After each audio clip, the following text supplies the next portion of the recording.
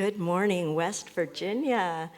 Hi, it's so nice to be here, and it is so awesome to see so many faces here. I am going to introduce you to the panel members who you're going to hear from, and you are in for an amazing treat. There's so much knowledge sitting behind me, it's just like overwhelming. But first thing I want to do is introduce your commissioner, Jeff Pack. He is with the West Virginia Department of Human Services, Bureau of Social Services.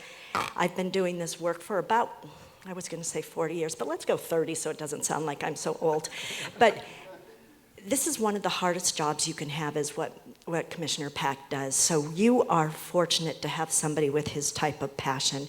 But as commissioner, he oversees services including foster care, adoption, and other child welfare services for all of West Virginia. He was appointed to this position by the governor in August 2021. Prior to that, Pack was a member of the West Virginia House of Delegates representing Raleigh County and served as the chair of the House Health and Human Resource Committee. Before joining the House of Delegates, Commissioner Pack held various positions in the energy and residential services industries. He previously served in the United States Air Force as a staff sergeant and has a Bachelor of Arts degree in political science from Concord University.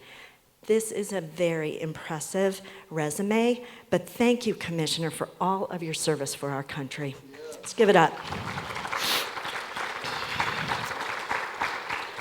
And I could go on and on about Greg Clutter, but he already introduced himself. So we just will kind of say, this awesome Greg Clutter is making all of this happen. So let's give it up to him, too. I knew you were going to say that. My name is Lynn Johnson, and I run a nonprofit called All In Fostering Futures. And what we do is love everybody really hard. So I am so glad to be here with you all. I just want to say just one thing, few words. The welfare of children cannot be the sole responsibility of child protection services. Families, moms, dads will encounter storms in life. We saw it in the video. Without support, problems arise. Because problems arise, CPS exists. We don't closet in CPS. We respond to the storms that happen in life. However, I was the assistant secretary for the Administration for Children and Families, and I wanted to see what two things could we do to hit the dominoes over to make a change. One was the front end. Can we catch families before there's even a call to a hotline? The other was the 127,000 children with parental rights already terminated that are just sitting and waiting for a loving family, a family that won't hurt them, a family that will help them grow to be healthy adults. There is no way one agency has the adequate resources to manage crisis, manage foster care, manage parental health, manage adoption, or reunifications. But what if we saw mental health, probation, public health, child welfare, churches, substance abuse services, courts, nonprofits, businesses, churches, all wrap around those who struggle? We would have less abuse, neglect, domestic violence, hunger, fear, homelessness, unemployment, hopelessness. West Virginia, you are already doing this. So thank you for moving toward being a model for the nation. Thank you for talking and walking better together, because you are being watched throughout this country and you are making a difference. So thank you for having us all here. Let's ask these guys some really tough questions. Thank you. Thank you, Greg. First question I'm going to ask, and this is for you, Commissioner Pack. In your comprehensive role affecting West Virginia child welfare, can you briefly describe the scope of the Bureau of Social Services, including how many family and youth it impacts? Sure. So, Bureau for Social Services oversees a broad variety of things encompassing the child welfare system. So, I oversee child protective services. In West Virginia, included in our child welfare population is our juvenile justice children. So, those cases are staffed by a group of folks we call youth services. Oversee the adoption unit, the home finding unit, centralized intake, where all of the abuse and neglect referrals come in across the state, which is actually here in Fairmont, centrally located. Beyond that, I also oversee adult protective services in West Virginia. So right now we have about 6,100 kids in custody. So that's quite a bit. Of those, about 800 are in residential treatment out of state, or group homes out of state. So that's a challenge that we're certainly working to address. So the good news is that number is trending downward. So we are making improvement there. We're making progress. So it is a broad scope of a challenge, especially given that number versus our population of 1.8 million. It is a little bit, it seems extreme. But I will say that, all states count their numbers differently. So our friends in Virginia, they don't count children in kinship care in their child welfare population. And I also don't think they count their juvenile justice. So when you look at it across states, that number can be somewhat misleading, but it's certainly a challenge. Well, thank you, Commissioner. Greg, I want to ask you a question. As the leader of Chestnut Mountain Village, which fosters Christ-centered support for vulnerable children and families, can you provide a brief overview of your organization's collaboration in churches, and why do you do this?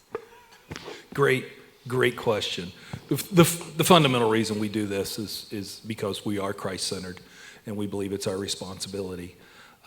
The other reason we do this, as we look at these numbers that Commissioner Pack talked about, and we start talking to churches, we see churches all over West Virginia that literally want to help and say they want to help, and there are people sitting in the pews every Sunday that say, we want to help. We just don't know how. How do we get started? So we engage and guide and equip churches all over the state. Many of you are here of how do you start these family advocacy ministries? How do you jump in to do this work? How do you get engaged? The other thing that we found ourselves doing as part of creating Christ-centered communities are things like this. We think that the church-led and facilitated collaborations have incredible power. We look across the state of West Virginia and we'll go into a county and start working with the church and go, what other resources are available? And we kind of help guide them through that process of what else is there and how do you connect. So we are creating Christ-centered communities. That's what we're trying to do all throughout the state. That's really exciting, too. Commissioner Pack, how did the relationship between the Bureau of Social Services and Chestnut Mountain Village initially come about? More specifically, how did you guys connect and run with it? And were you willing? Was that an easy thing to do? It was a series of unfortunate events, I think that, I'm kidding. I've been thinking about this a lot, and for the life of me, I can't recall how we met. I remember we were at the Capitol, but there was some reason that we were there together, and I don't know what that was. But I'm a bit of an enigma. My friend Daryl, that you're going to hear from in a bit, he and I were at this convening that Casey Family Programs puts on for new child welfare leaders. I guess that's been over 2 years ago in Atlanta. And he was a judge, so he kind of understood this realm. I wasn't. I was a legislator and perhaps a poor one at that. But I didn't know anything about anything. And, there are likely some out there that will argue I still don't know much about anything. But when I took this job, I had no concept of what I was walking into other than it was going to be hard. So the first thing I noticed was that we're never going to make broad systemic improvements until we can stop the hemorrhage of staff, because these are very difficult jobs. They're very difficult. The folks that work for me that are out in the field, they do a thing that I couldn't do. And as I looked at that, I thought, okay, what can we as a state do? As state government, what can we do to stop this hemorrhage? And there were some things that we could do. There were some things we couldn't do. I can't be in all 55 counties all the time. And as good as it feels to have, your boss or your boss's boss or somebody up your chain come around and pat you on the back and say, hey, you're doing a great job, I appreciate you, and those are great things to do, you can't do it enough. So I realized that there are lots of things that other community organizations, especially in the faith community, that they can do to help. They've just never been engaged. Right? So part of what you're going to hear about today is about foster care and about things like how can you support families, how can you support reunifying families, how can you support foster families. But I also have staff in virtually every county of the state. And I realized that it's all going to take us coming together and pulling together and supporting each other, not just the families, but my staff. So when Greg and I became acquainted, we kind of had this instant synergy, and it just kind of took off from there. Now we've collaborated on a number of different projects, and they've been very fruitful, and I've been very fortunate to have such an amazing partner in this journey that is very difficult at times, but I know I always have somebody, even if I'm just having a bad day, I can call Greg and say, Greg, I'm having a bad day. So I don't really remember how it came about, but I think that's the long and the short of it. That's absolutely right. Greg, what were the key factors that led the two of you, other than just being goofy and making him laugh and have a better day? We do that for each other quite a bit. I think one of the reasons that we started working together very naturally was we launched Chestnut Mountain Village in July 2021. Commissioner Pack started in August 2021. So there was some of this timing. We were launching a new thing. He was coming on board. There was also this instant recognition by us that if we go engage churches, and we knew we had to engage churches because this problem is just too big. Government can't do it alone. Nonprofits can't do it alone. The church can't do it alone. It's going to take all of us pulling the rope. But we knew if we went out and engaged churches and said, go do this and go do that, but we didn't have the on the street, the in the trenches information from folks like Jeff and his team, that we might be doing the wrong things. And I'm convinced that sometimes when churches do the wrong things, we move from being part of the solution, actually being part of the problem. We show up, we do something big, and we're not sustainable, and it doesn't. Then we're just proving to these kids and families that everybody goes away. It was a very natural synergy for us to start working together, and we looked at each other and said, we can't do this alone. There's just no way. It's too big. Greg, I'm going to follow up with that on why do you advocate for increased church involvement? And you've touched on that a little bit, both in child welfare and caring for families and children. For example, in caring for foster families, but let me throw in there too, there's the kinship care. Can you talk on that? Absolutely. So there are some things that if we know and we hear all the time that there's just a dearth. There are never enough foster families. Absolutely never enough foster families. So twofold. One is we recruit foster families and they stop fostering in numbers that are just staggering. Within 2 years, 80% of foster families stop fostering.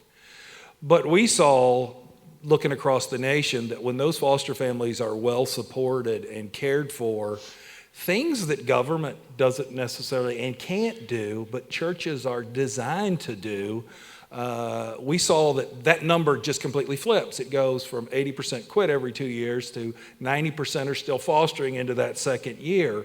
So we knew the church was well equipped to do that.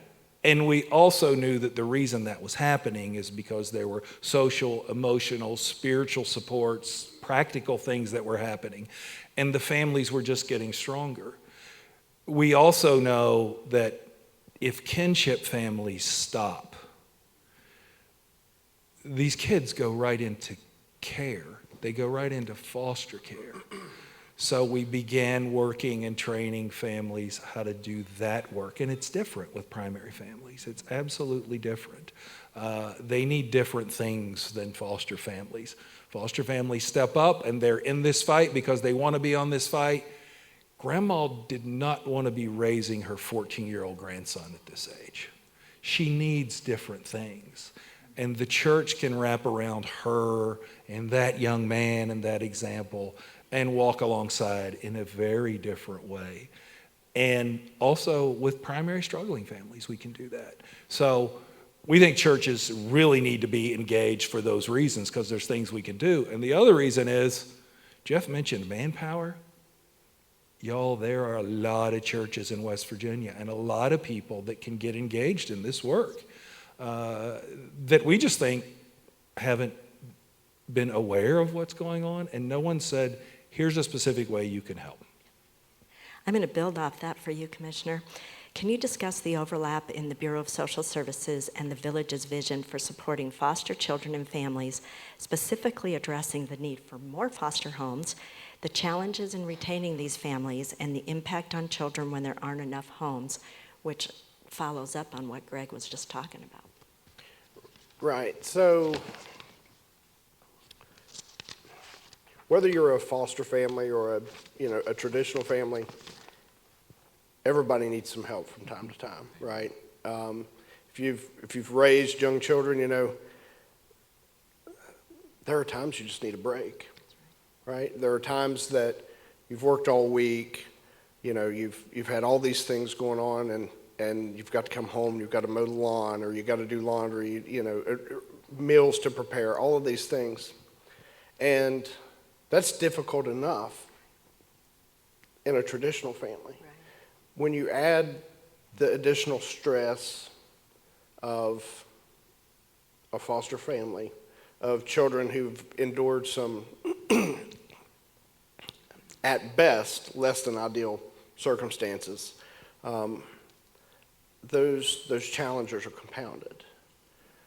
So what Greg and I spend a lot of time talking about is how can our communities, our churches, rally around these families. They don't have to take all of the burden, but if you can just make life a little bit easier, just a little bit easier. If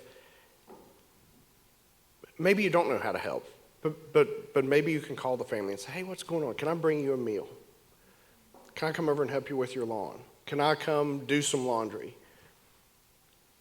Let's take the kids out to the park. You can just hang out. There are lots of what would seemingly be insignificant acts of kindness that go a long way toward making folks' lives easier. And those are the things that the state can't do. We're not equipped to do that. We're not good at that. But our communities are. Our communities are good at that. So whether that's strengthening and supporting a foster family or strengthening and supporting a kinship family, perhaps it's a family that's struggling that maybe is in jeopardy of being touched by the child welfare system. All of those people need help. All of us could use a helping hand from time to time, and I think that's one of the greatest things that Greg and I have worked on in our time together. And I think that builds on what I said earlier. No one agency owns the success of the welfare of human beings. Right. All of us together, though, can do that. Commissioner Pack, would you talk a little bit more? This seems to be a trend throughout the country, is the issue and the challenges of attracting and retaining child welfare professionals, how that impacts the vulnerable families in your state. It is a challenge, and I'm very fortunate to get to do a lot of peer-to-peer conversations with my colleagues across the country, whether some of them are designated commissioners, some directors, some secretaries, whatever their designation happens to be. And the thing that I find most surprising, and I bet Daryl would agree with this, you could probably take me out of my office and insert me in his office, and he come and sit in my office, and the challenges that I face, he would recognize. and vice versa. And while challenges sometimes have unique varieties from state to state, they're all pretty much the same. And I think if you boil it all down, many of them start at staffing. So when I took this job, our vacancy rate was about 25%, which is bad. It went to 33. And I thought, oh my gosh, what are we going to do? I mean, we can't respond to anything. We have such churn and such turnover that we're swimming against the current all the time. So as I sat down and started to think about it, do you have any idea what our starting salary was for a CPS worker when I took this job? With a 4-year degree, $29,000. Who wants to do that? And it's not like this is an easy job. $29,000. Well, no wonder nobody works here.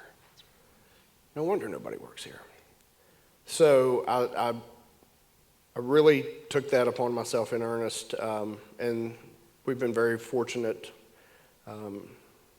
over the past 3 years to be able to do some really exciting things. But now the average starting salary is $45,000. So it's come up $16,000, and that's helped a lot. We've done a lot of things to support our staff in terms of mental health and wraparound services. And all of those things have helped. So we cut our vacancy rate in half. It went from 33 to 16. Okay. So that's been incredibly impressive. And that addresses recruitment. But once you get people here and once you get them trained, and you got to get them to stay. So we've implemented career ladders in different ways. So we recognize that working in the CPS field takes its toll. Right? I mean, there are some people out there, God bless them, that can do it for 20 or 25 or 30 years. But not everyone can. And I would rather have somebody who does it for 5 or 10 years and has all this knowledge and be able to retain them within the agency, whether it be in training or policy writing or some other area. So we've developed career ladders so that people can move, and we can still retain their knowledge and experience, and that's been helpful. That's a thing that won't bear immediate fruit. It won't. But 10 years from now, 10 years from now, folks will look back at it and they'll say, gosh, I'm glad they did that, because now we have a very deep bench and emerging leaders for tomorrow that are prepared to take over. That's absolutely fantastic how you've moved those numbers in such a short time. Greg, can you build on that as far as talking about the churches and the impact they can have on helping with retention and recruitment? Absolutely. We, one thing I think that when we start talking about, we go to churches and saying, what's your engagement and how do you go support and encourage local CPS workers? They say, why in the world would we ever do that? Why do we do that? But if you look at the numbers around permanency and what happens, if a child who's in care experiences one change in caseworker, just one time, the numbers and the odds of permanency go down dramatically from something like 75% to 17%. It can change everything about the trajectory of a case. And if you get more changes than that, it can be tragic. We also know, however, that when caseworkers and frontline social workers who have incredibly tough jobs of going in and removing children from homes and trying to staying with them sometimes in hotel rooms and other things that we don't like to happen, but happen, it's incredibly lonely, it's incredibly hard, but we know that when they're supported by the community, particularly by faith communities, we've seen instances throughout the United States where turnover goes down. And that is really just this idea of emotional and social attachment and support. So when churches say, what's something we can do? Well, something you could do very quickly is just go to the local CPS office and say, how can we help? Here's a meal. Just to be seen and heard is so valuable and has a real impact on frontline folks. And I got to tell a story here real quickly, because this is taking me back to one of the places where we first met. Is I mentioned this idea of nationally informed but locally driven. There was a time a couple of years ago, Lynn, where you and I and Jelana were in the same room, and we found ourselves talking about nationally how this has an impact of just going out and supporting social workers, and we think we can make real changes. Churches just do that. And then I have a conversation with Jeff just a few days later, and he goes, man, if we could get churches just to go out and support social workers, this would be a game changer and help with workforce stuff. And instantly it was, we know how to do that. We know how to do that. And there were organizations nationally that were helping, trying to, put together ideas and how do you do that. And out of that conversation that we had came National Hospitality Week, which is in October, an opportunity for churches all over the nation to go support child welfare. And out of that, we've seen some churches, representatives of which are here in the room, which now every month go and support their local child welfare office. And when those relationships happen, not only are you supporting the mental, emotional, spiritual health of those people, they know that the church is a resource. So now all of a sudden, you got this connectivity. I constantly say organizations don't collaborate, people do. And when people are together and they start learning the needs of the other one, because churches are over here saying we can fulfill needs, and CPS is over here saying we have needs. I imagine that's the same thing that happened with Uber. It was somebody needed a ride and someone was over here. Can't we figure this out? And so that's the way we're doing it. It's a very easy, how do we get involved? It's a very easy answer to that question. Church, just start. You'll learn. You'll learn if you go talk to local CPS workers. It's amazing how a simple thank you can make your day.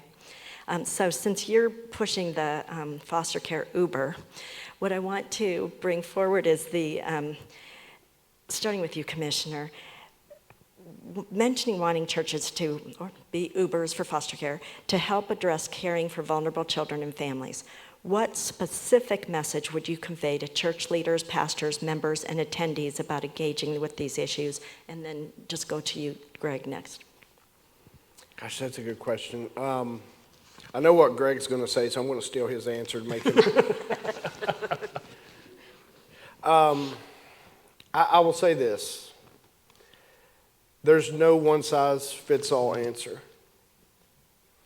I can't say to Trinity, you need to do this in Marion County. I don't know. I don't know what you need to do. But I do know this. All of us can do something, right? None of us can do everything, but all of us can do something. So maybe it is developing a furniture closet or a clothing closet or adopting a foster family or adopting a kinship family to support with a care community. Maybe it's that. Maybe it's supporting a family through just helping them with some chores. Maybe it's that.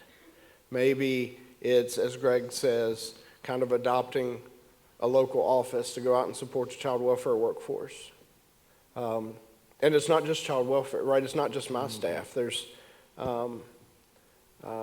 the children's home societies of the world and the various placing agencies and emergency shelters that are across the state.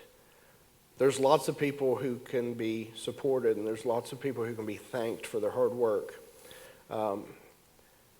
Last year, I know there were a number of churches that Greg had engaged with that went out and did something nice for my offices, and I immediately heard about it. They were so grateful. I'll tell you all a secret. We have as I mentioned earlier, 6,100 kids in care. That's a lot. It's a lot. I will not sit up here and tell you that we do everything perfectly. We don't. There's a broad and disparate range of things that we could improve upon. But we do a lot of things really well. And our successes are very, very private. Our successes are private. All the families that are reunified, there's no article in the newspaper about that. All the successful completed adoptions, there are no articles in the newspaper about that. Our failures, or more accurately, our perceived failures, are very public. And because of that, it's easy to feel like a target when you work in one of these kind of jobs. So I can't tell you how much it means to folks when they feel loved and they feel appreciated, because they're out at all hours of the day and night doing jobs that I wouldn't want to do. And frankly, I'm not capable of doing. But they do it. And are the salaries better? Yes. Are they getting rich? No, they're not. But they have a livable wage, right? They don't do it for the money. They do it because they care. So to not answer your question, I don't know. I don't know what the answer is for every community, but I know that in every community something can be done. Thank you. Greg. You did steal my answer. You're welcome. One thing that we think is being done differently by a lot of churches now is they're wrapping around this philosophy of everyone can do something, no matter how small it is. Churches can absolutely be engaged. Jeff mentioned care communities, the idea of a group of volunteers that wrap around a foster family or a kinship family and just help in a very organized and structured way. There are a lot of things that can be done there. What I would ask for any church that's sitting out here or anywhere in the state or the nation that's saying, how do we get involved? Start small. Just start asking the questions. Just have a conversation. There's a reason why this lobby is full of child placing agencies and organizations that help take care of families and children. So churches, you can go learn. Start asking, what do they need? Start small. Get really good at what you're doing, whether that's supporting one family or supporting a local CPS office or whatever it may be. Get really good at that. Get very sustainable. And then, and only then, take the next step. If we get big and we start doing something flashy in a community, we've seen a lot of churches do it, where it's like, here's a great foster family day and it's huge, and they throw something and then we don't hear from them for 2 years. It's kind of reinforcing the message that these kids have, which is, well, they didn't stick around very long. Adults don't stick around very long. So start incredibly small, but do something. And the other thing is, and I have hesitated for a really long time to say this, because I really personally, and I don't think any of us care, whether you work with us or you do work with another organization or you work with nobody, we just want churches doing something. But the thing I've hesitated saying for a very long time is, just call us. I mean, seriously, you have our information. We have found over and over again that churches start and they don't have any guidance walking through this. What has God gifted this body very well to do? And what are the interests and passions? And what does the community need? And they start and they flounder and it doesn't work. We can help folks walk through that process and also put some structure. And seriously, the idea of just having a phone call with someone from Chestnut Mountain Village and someone at your church who's responsible for doing this work every month, you'd be shocked at how much value that just brings, because it keeps the progress, it keeps it moving forward. So that structure really helps. Again, we don't really care if you call us or not, but we know that it helps and it works when it's structured and sustainable. But start small, get started, and do something. And I love both of you said this, the do something. People used to ask me all the time to help with things, and in the government side of things, I said, well, we'll do a task force, and then we'll have a meeting, and then we'll do a plan, and there's not one homeless person, hungry person, scared person that wanted to wait for that task force. Just do it. It will work out. Last question that I'm going to ask for both of you has to do with the long-term impacts on children who experience multiple foster care disruptions or who age out of the system. And Commissioner Pack, I'm going to start with you just to touch on that, and then if there's anything else you want to say to the audience, and then I'll go to you, Greg. That's a really good question. So, kids that are in the child welfare system are not there because their life has been sunshine and rainbows. Even if they're there because of their interaction with juvenile justice, oftentimes that's rooted in abuse and neglect that's beneath the surface, right? The thing that these kids lack consistently across the board is consistency in their life, right? Maybe they have parents in and out of their lives. Maybe they have different parental figures in and out of their life, but no consistency. And then they enter the child welfare system, and they have a caseworker, and then their caseworker moves on, or the caseworker gets a promotion, or for whatever reason, right? And then they've got another one that they have to try to build rapport with, and they're in a foster home. And for whatever reason, that foster home disrupts. So now they're in another foster home.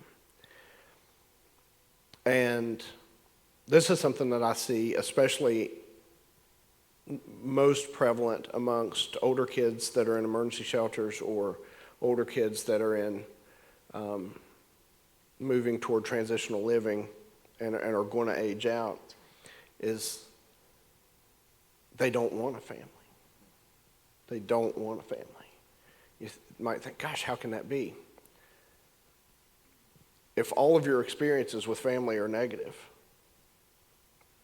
you probably don't want that anymore, right? You want to go away from that. You want to go the opposite way.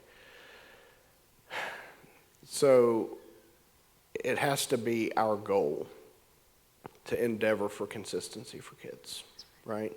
That doesn't mean we shouldn't try to reunify kids with their families. We should when it's appropriate and when it's possible and when it can be done safely. But we should try to maintain consistency with their caseworkers. We should try to maintain consistency and do whatever we can to support foster families so that placement doesn't disrupt. Because the more frequently that happens, the more difficult it is for them to recover from it. And kids that have lived a life full of trauma that's compounded by additional disruptions,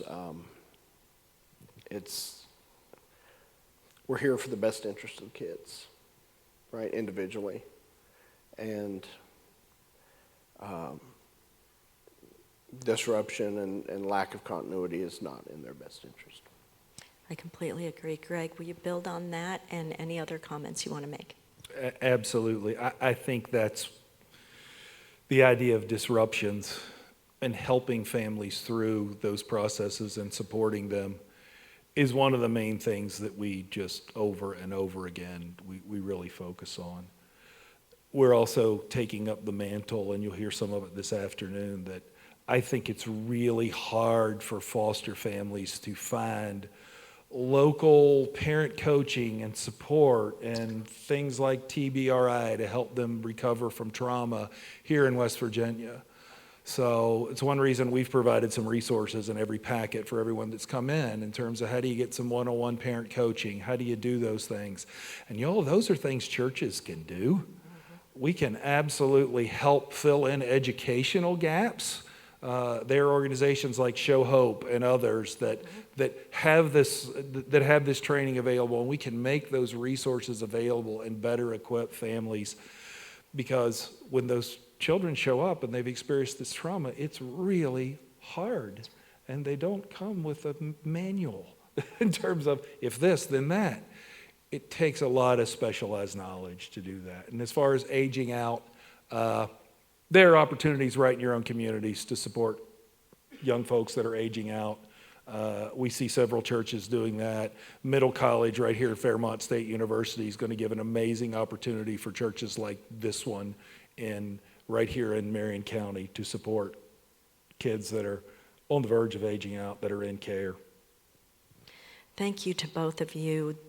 We could be doing this for another couple hours to really hit home what could change because of the collaborations that West Virginia has to offer. I just want to add one thing. Look at this space and the people that are here.